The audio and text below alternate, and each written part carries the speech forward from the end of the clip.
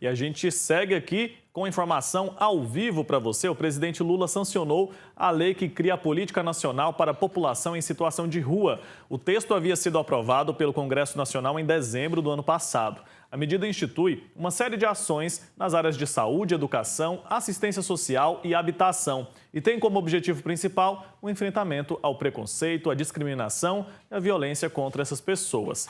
A gente vai tratar desse assunto agora ao vivo, conversando com a socióloga Camila Nascimento, que está conectada aqui com a gente. Bom dia, seja muito bem-vinda.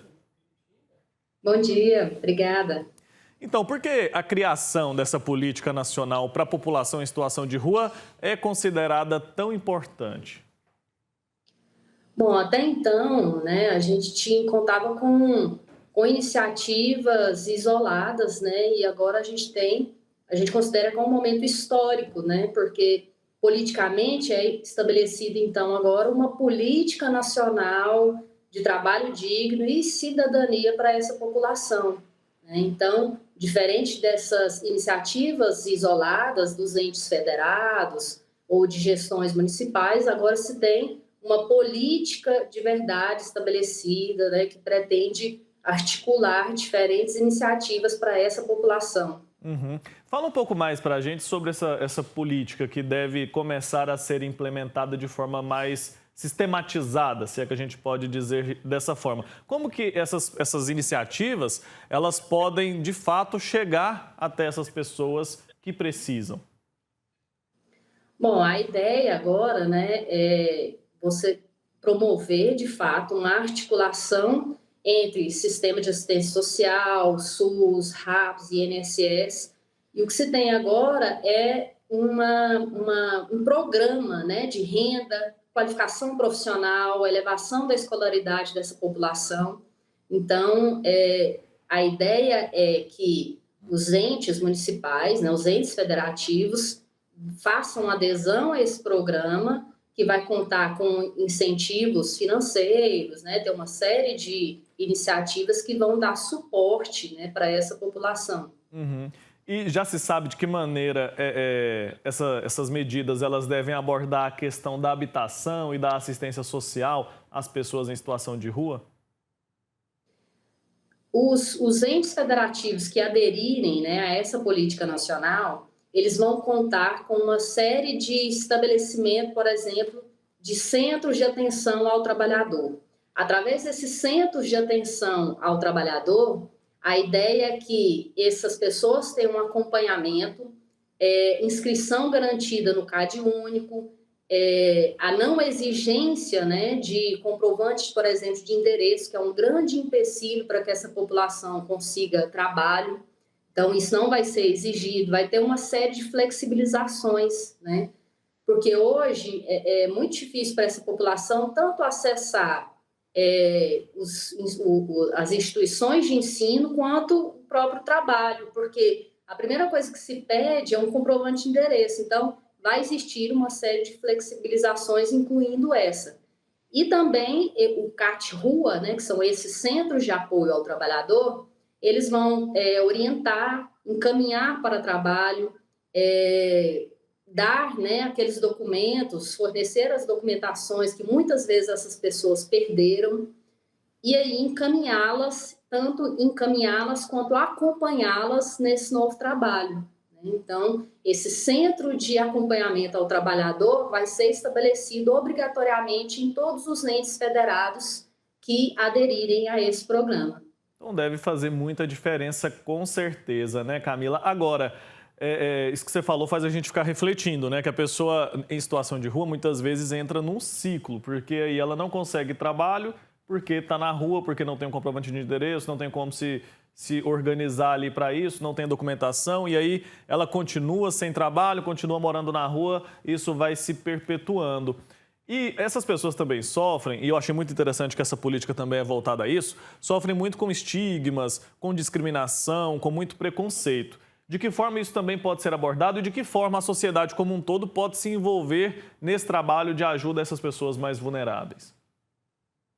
Essa política nacional, um dos princípios, né, a parte dos princípios dela é justamente, né, trabalhar a dignidade humana, trabalhar informação com a população, informação com a própria população em situação de rua, e isso vai eliminando, né, os estigmas. Existe a ideia também de que seja construído um material informativo, tanto para a população quanto para a própria população em situação de rua, e isso traz, né, uma série de informações, porque às vezes as pessoas discriminam porque elas não compreendem que existe uma série de fatores que faz com que essas pessoas estejam na rua, né? Tanto adoecimento mental, a perda de vínculo familiar, a perda de vínculos com a comunidade, né? A baixa escolaridade que acarreta em problemas, né, relacionados ao mundo do trabalho.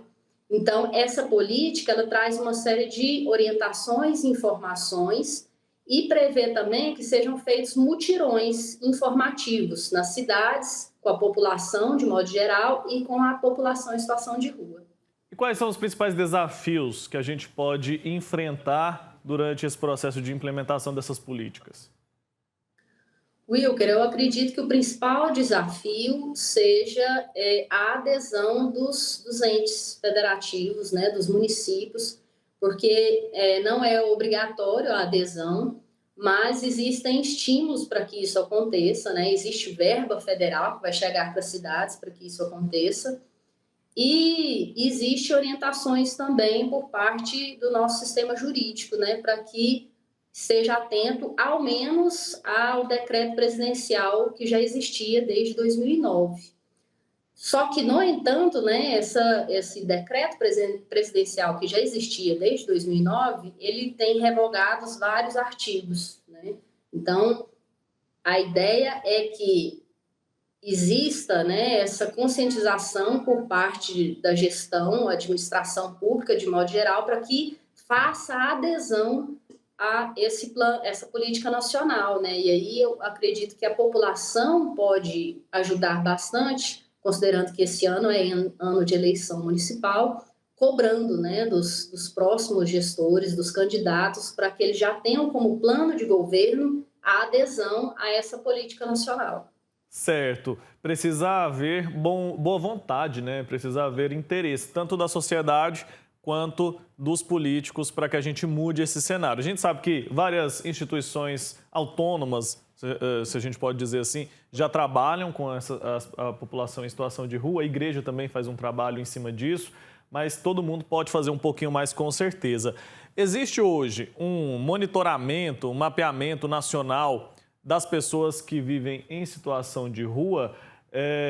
Tem como saber o número, por exemplo, de pessoas vivendo em situação de rua no nosso país?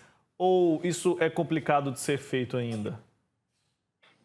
O censo, ele traz, né? A gente tem uma ideia de que seja em torno de 221 mil pessoas na rua, mas esse número ele sempre é vago, porque é uma população muito flutuante, né? Que ela transita entre cidades, estados. Então, mas a ideia dentro também dessa política nacional é que exista um comitê intersetorial que vai fazer tanto o acompanhamento dessa política, quanto estabelecer as diretrizes para que ela seja executada, né? Então, a ideia é justamente promover essa articulação que antes não existia, né? Então, é um grande avanço nesse momento para esse trabalho tão necessário. Sem dúvida. E essa população em situação de rua foi ouvida na hora da criação dessa política nacional ou não? Como foi feito esse processo de elaboração? Essa população, de alguma forma, participou desse processo? Existia algum acúmulo já de discussões, né, dos movimentos que representam essa população, e a partir desse acúmulo, né, de discussões, assim como o decreto presidencial que já existia desde 2009, através desse acúmulo foi feito, né, o Plano Nacional. Mas a ideia desse comitê intersetorial é que aconteçam também as devidas correções, os ajustes, né, as melhorias que forem necessárias. Tá certo, muito obrigado, viu, pelo seu tempo aqui com a gente. Acho que é muito esclarecedor e é uma política muito importante. Provavelmente vamos voltar a falar sobre esse assunto aqui, porque acho que a conscientização da sociedade como um todo é fundamental. Obrigado, até a próxima, viu? Obrigada, eu que agradeço. Abraço, tchau, tchau.